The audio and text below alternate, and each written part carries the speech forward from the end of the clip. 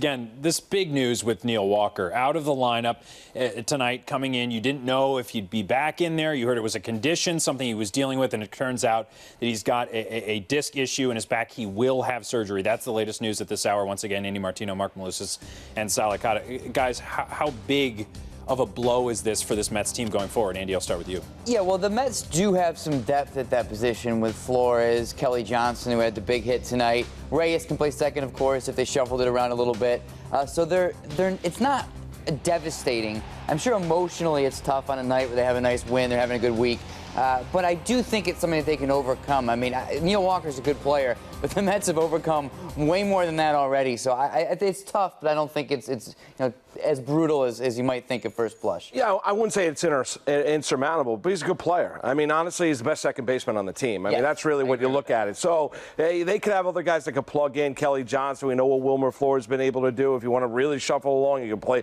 I mean, they've got options at that second base spot. However, Neil Walker was a guy that showed a lot of leadership this year. We know he ran hot and cold in terms of the plate, but certainly picked it up a little bit after a torrid start to begin the season. Yeah, he's going to be missed. I mean, there's no question about it. Can they overcome it? They can overcome it because we've seen other guys be able to step up here, but he is the best second baseman on the team. And Sal, is one of the worries that the guys that plug in are plug-ins for a reason. Kelly Johnson is a very good bench player, but he is a bench player. So now you're going to be pushing guys that are bench players on your team into a starting role potential. Well, that's the thing. I think we're all saying, okay, well, it's not that big of a deal because Wilmer Flores is hitting, because Kelly Johnson is hitting, because TJ Rivera in limited bats has shown he can hit a little bit. But ultimately, you trust Neil Walker much more than you do those guys for an extended period of time. The fact that he's a switch hitter certainly helps. His defense, his veteran leadership. The thing that I would say now is forget about the fill-ins for him as far as Flores or Kelly Johnson.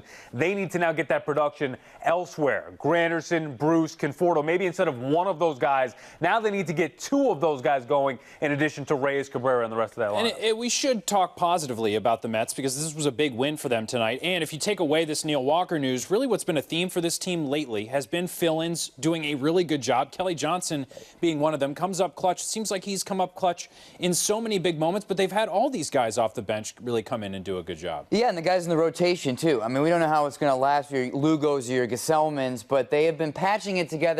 I mean, on the surface, it's sort of ridiculous. This is a team where they've had enough injuries and there's enough what you call it fill-ins, Doug, that it's just not their year. But if you look at what's going on with the wild card race, if you look at the way they've just dealt this body blow to the Marlins this week, whoever these Mets are, whoever these people are that are playing in Mets uniforms right now, they are making it work. But, I mean, there's another one tonight. At some point, you do wonder what's going to be the final blow, but they haven't taken it yet. The Marlins look done, by the way. Oh, they look done. I mean, honestly, there's not much in that lineup. I mean, you look at what the starting rotation is, aside from Jose Fernandez. You look at what that bullpen is. You see the eighth inning guy, and he's imploded before, but the inability to go out there and throw the ball over the plate. However, you give the Mets credit because you look at this game on the whole, right? Early on in the game, they're throwing errors all over the place, able to overcome that. They have the opportunity with guys on base, nobody out in the second and third inning, don't score any runs. They finally come through, and you get the big Kelly Johnson bases clearing double to give them a 3-run lead late. So when you look at those things, teams finding a way to win, overcoming things,